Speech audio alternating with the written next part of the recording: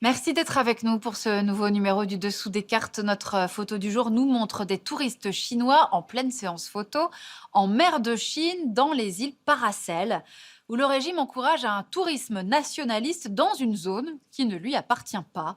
Il est un certain nombre d'îlots dans la région que Pékin colonise illégalement ces dernières années, au mépris du droit international, des protestations des pays voisins et de l'autre grande puissance régionale, le Japon, sans oublier les protestations américaines, les États-Unis étant plus que jamais présents dans cette région du monde dont ils ont fait le pivot de leur politique étrangère. S'il est un endroit sur la planète où l'on mesure très concrètement le duel sino-américain en cours pour occuper la première place, c'est bien en mer de Chine. La mer de Chine, ou plutôt les mers de Chine, comme on va le voir sur notre première carte. Voici l'atoll de Fairy Cross dans l'archipel des Spratly en 2014. 2 ans plus tard, ce rocher inhabité au large des Philippines est devenu une base militaire chinoise avec aéroport et missiles anti-aériens et une source majeure de conflits dans le monde. En effet, après avoir récupéré le Tibet, Hong Kong et qui sait un jour Taïwan, Pékin affirme de plus en plus son ambition sur les mers qui touchent la Chine. Alors regardons précisément de quoi on parle. On le voit, le continent eurasiatique ne s'ouvre pas directement sur l'immense océan Pacifique qui couvre un tiers du globe. On y trouve une suite d'îlots et d'archipels qui dessinent sur 8 000 kilomètres de mers semi-fermées, sorte de Méditerranée asiatique. Au nord, la mer de Chine orientale, que les Chinois appellent mer de l'Est, mais premier signe d'attribution contestée, que les deux Corées appellent mer du Sud.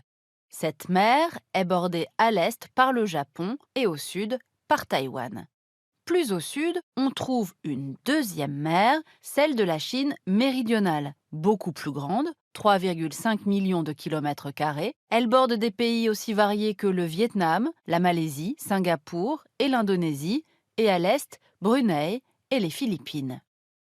Alors pourquoi la Chine revendique-t-elle la souveraineté sur presque toute cette zone?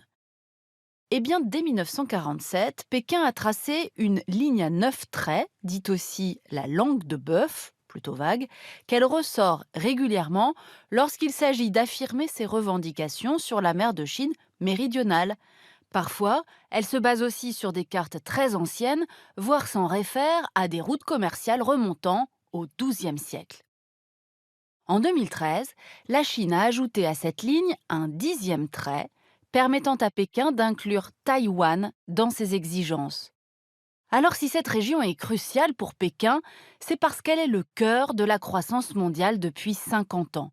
En PIB cumulé, elle pèse plus de 23 000 milliards de dollars, soit 27% de l'économie mondiale en 2018. C'est là que passent les principaux couloirs maritimes mondiaux, vitaux pour l'usine monde chinoise, deuxième économie de la planète, rappelons-le.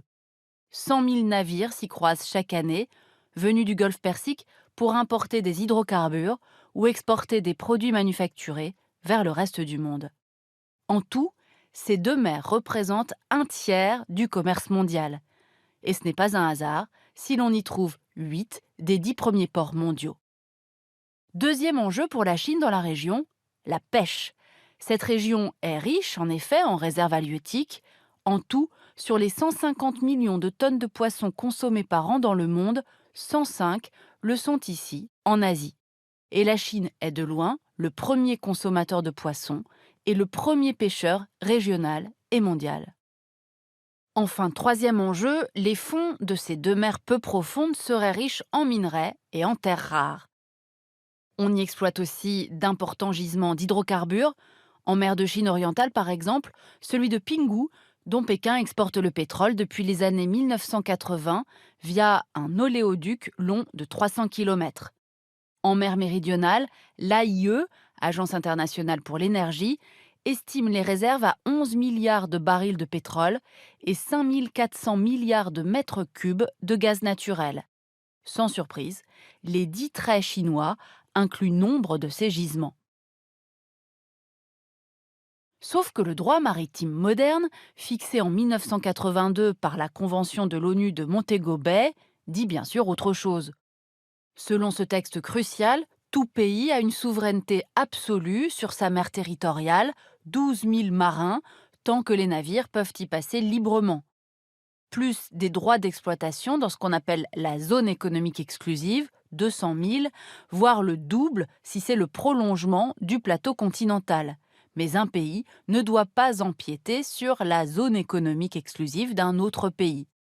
Or ici, la zone revendiquée par la Chine se heurte aux zones revendiquées par le Japon, les Philippines, la Malaisie, Brunei et le Vietnam.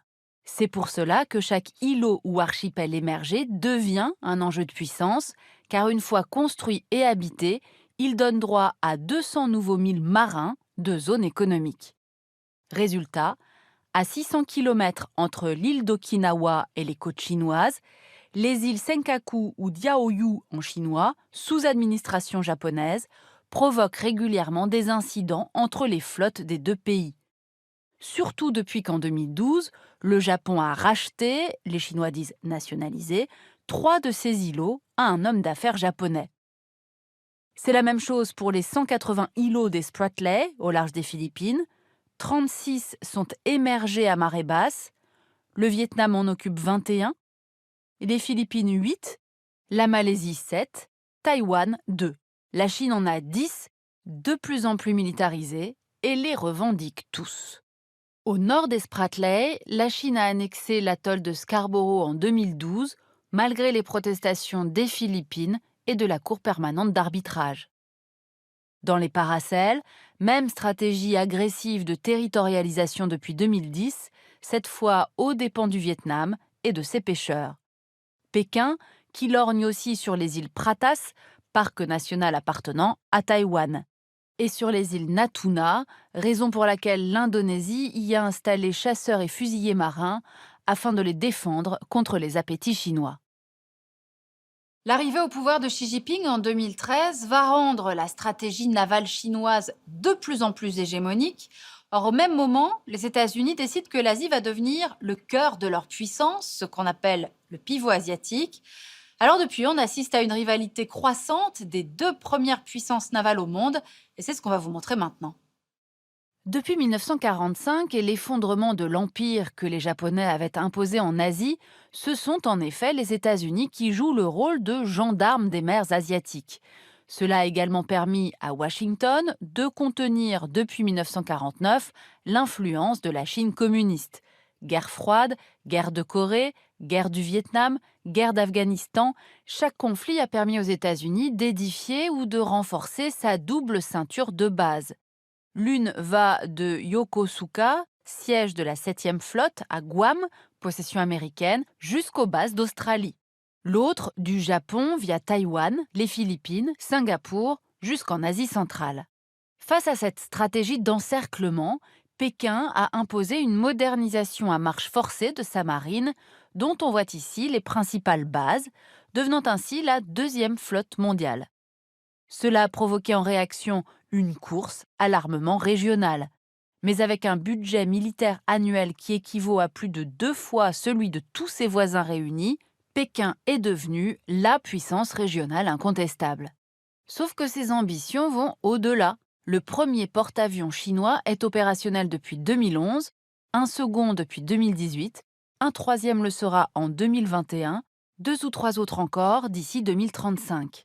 Avec 600 navires en tout, la flotte chinoise veut verrouiller les mers de Chine pour en faire des lacs chinois et repousser l'influence américaine au-delà de cette ligne qui passe par Guam et par les îles Mariannes, c'est-à-dire loin, en haute mer. Car avec sa stratégie des nouvelles routes de la soie, dont on voit ici le volet maritime, Pékin affirme une ambition mondiale. Voici le fameux collier de perles, ces bases portuaires destinées à sécuriser les routes maritimes vitales pour l'économie chinoise. Pékin place ainsi ses pions jusqu'à Djibouti, premier port militaire chinois en Afrique.